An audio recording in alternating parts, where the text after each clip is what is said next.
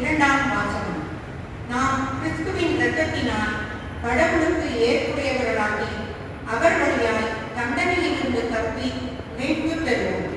திருத்தூதர் பவுல் ரோமியருக்கு எழுதிய திருமுகத்திலிருந்து வாசகம். அதிகாரம் 5, இறைத்திரு வசனங்கள் 5 முதல் 11 வரை. சகோதர சகோதரிகளே, எதிர்நோக்கு ஒருபோதும் ஏமாற்றம் தராது.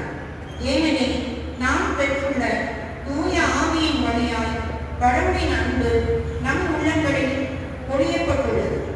நாம் இறைப்பற்று இன்றி வலுவற்று இருந்த போதே குறித்த காலம் வந்ததும் கிறிஸ்து நமக்காக தம் உயிரை கொடுத்தார். நேர்மையாளருக்காக ஒருவர் தம் உயிரை கொடுத்தலே அழிவு. ஒருவேளை நல்லவர் ஒருவருக்காக யாரேனும் தம் உயிரை கொடுக்க துணியலாம். ஆனால் நாம் பாவிகளாக இருந்த போது கிறிஸ்து நமக்காக தம் உயிரை கொடுத்தார். இவ்வாறு கடவுள் நம் மீது கொண்டுள்ள தம் அன்பை எடுத்துக்காட்டியுள்ளார்.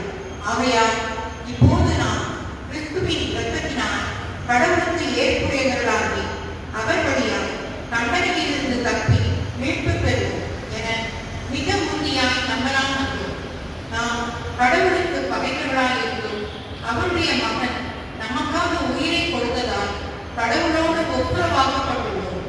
அப்படியானால் ஒப்புரவாக்கப்பட்டுள்ள நாம் வாழும் அவர் மகன் வழியாகவே மீட்கப்படுவோம் என மிக உறுதியாய் நம்ப